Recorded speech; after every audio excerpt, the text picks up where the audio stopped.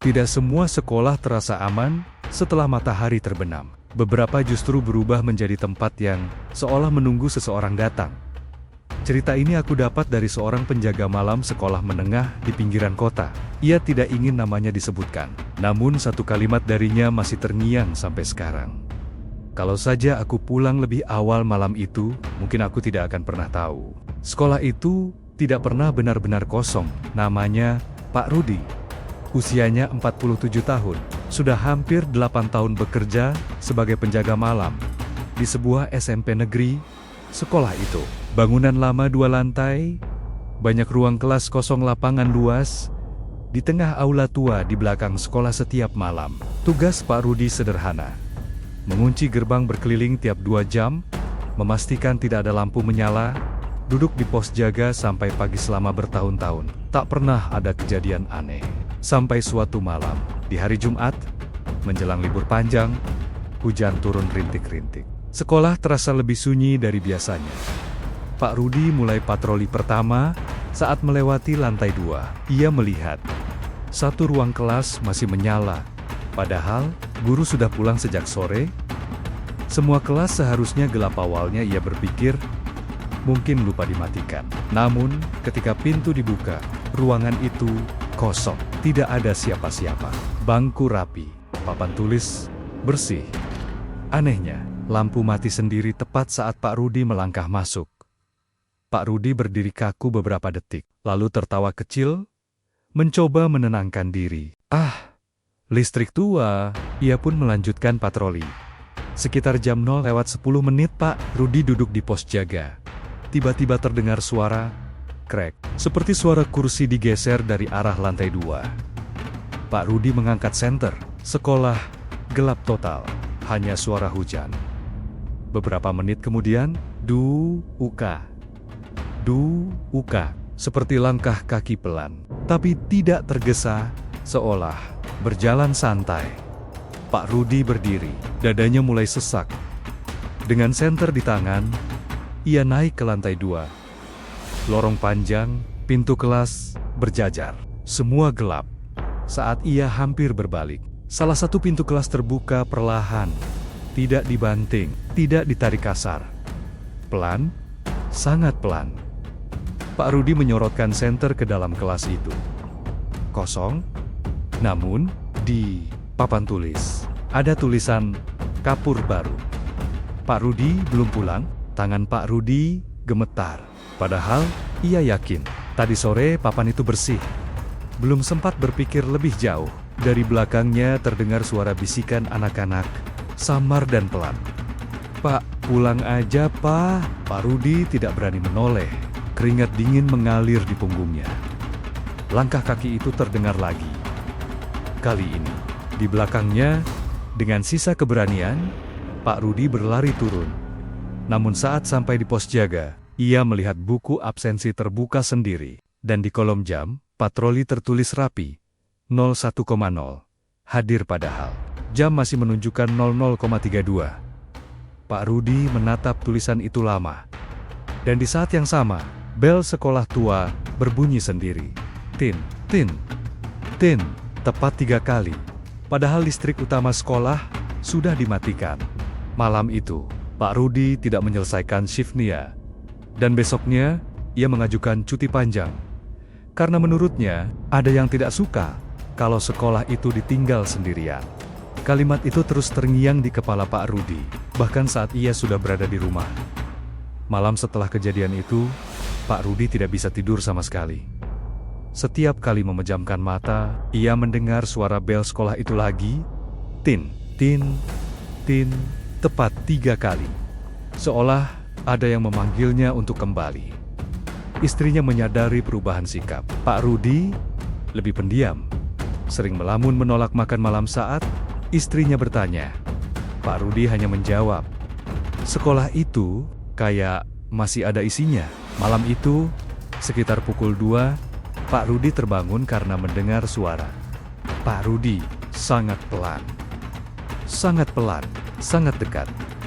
Padahal, tidak ada siapa-siapa di rumah. 2 hari kemudian, kepala sekolah menelpon. Satpam pengganti mengundurkan diri. setelah hanya 1 malam bekerja. Alasannya sederhana tapi aneh. Saya merasa seperti diawasi anak-anak. Dengan berat hati, Pak Rudi kembali. Sore itu, sekolah tampak normal, rame oleh murid, guru lalu lalang. Namun Pak Rudi sadar satu hal, tidak ada satupun murid yang mau naik ke lantai 2 sendirian. Di ruang arsip lama, Pak Rudi berbincang dengan penjaga kebersihan senior. Ibu itu berkata pelan, "Dulu, sebelum gedung ini direnovasi, pernah ada kejadian puluhan tahun lalu. Terjadi kebakaran kecil di lantai 2. Saat itu, sekolah sedang kegiatan sore, beberapa murid belum pulang. Api berhasil dipadamkan, namun 3 anak tidak pernah ditemukan. Tidak ada laporan resmi, tidak ada berita besar, seolah kejadian itu sengaja dilupakan. Malam kembali turun, saat patroli, Pak Rudi mendengar suara anak-anak bernyanyi lagu wajib. Suaranya fals, pelan, terputus-putus, dari dalam salah satu kelas. Saat Pak Rudi mendekat, nyanyian berhenti. Di lantai, terlihat 3 pasang sepatu anak-anak. Basah, berjejer rapi, dan di papan tulis tertulis, "Kami sudah menunggu lama." Pak Rudi terduduk lemas saat ia berlari turun. Pintu gerbang sekolah terkunci dari dalam. Bel sekolah kembali berbunyi. Namun kali ini, lebih dari 3 kali. Tin, tin, tin, tin.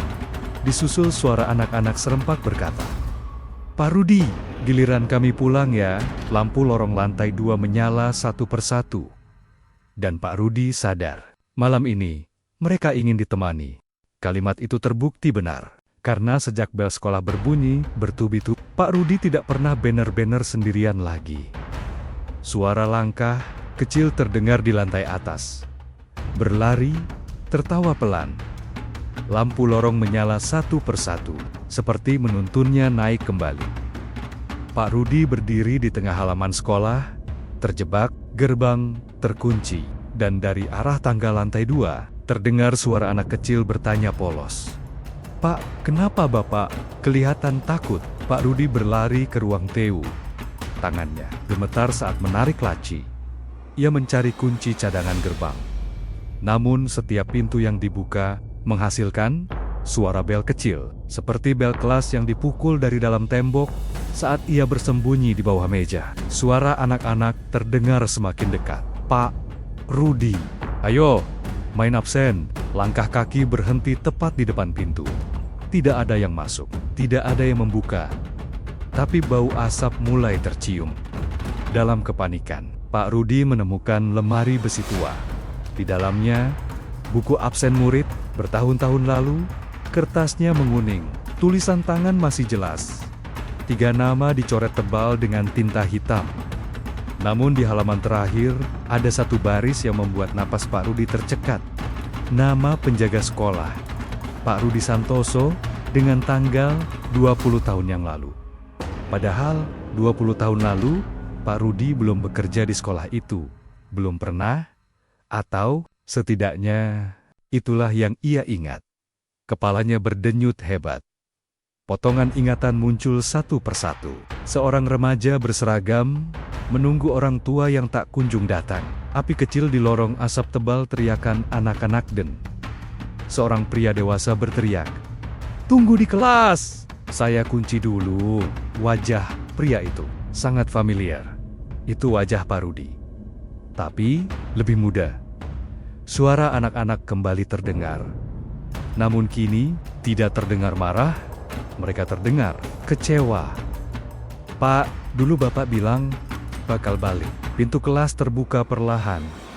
Dan dari dalam kegelapan, 3 sosok kecil berdiri, tanpa wajah jelas, tanpa bayangan.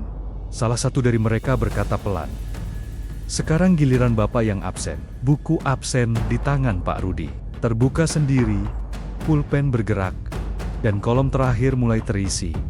"Hadir." Kata itu selesai tertulis di buku absen. Tepat saat pulpen berhenti bergerak sendiri, Pak Rudi terjatuh terduduk. Tangannya dingin, dadanya terasa kosong. 3 sosok kecil itu masih berdiri di depan kelas. Diam, menunggu. Salah satu dari mereka melangkah maju. "Pak, kalau sudah hadir, berarti Bapak ingat kan?" Ingatan Pak Rudi kini utuh. Malam itu, 20 tahun lalu, ia adalah penjaga muda pengganti. Terjadi kebakaran kecil, asap menyebar cepat, dan demi mencegah kepanikan, ia mengunci satu kelas. Biar aman, saya balik lagi. Tapi ia tidak pernah kembali.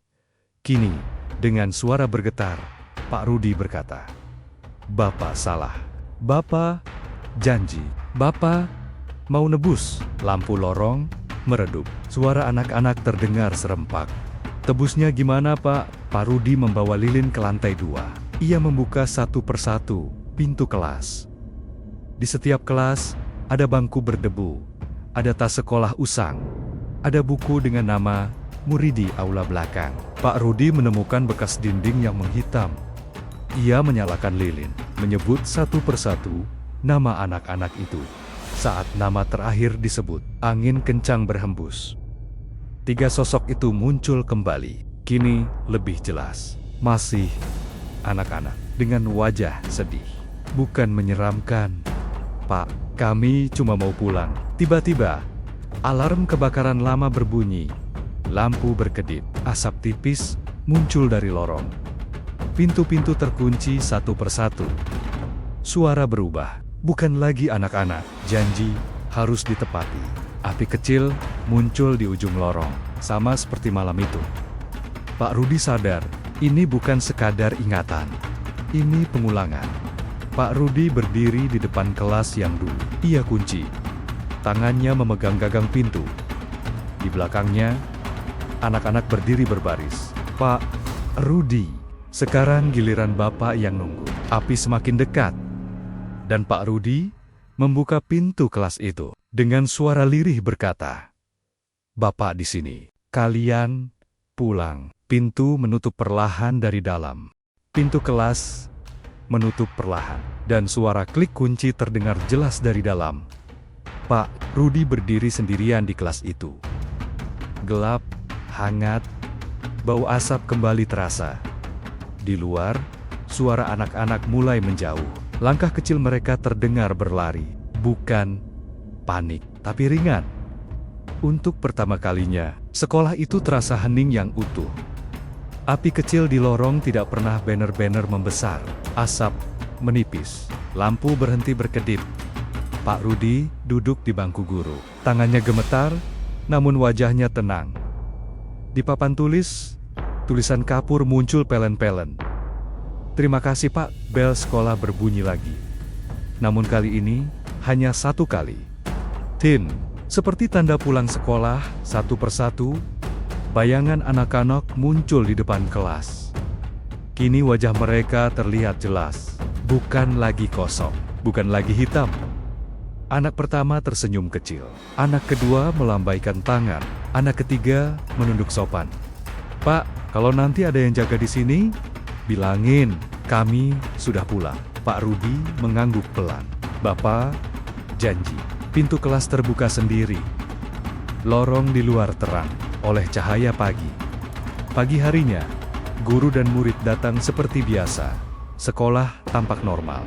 Tidak ada bekas kebakaran. Tidak ada bau asap. Hanya satu hal yang berbeda. Pos jaga kosong. Di atas meja, ada buku absen terbuka.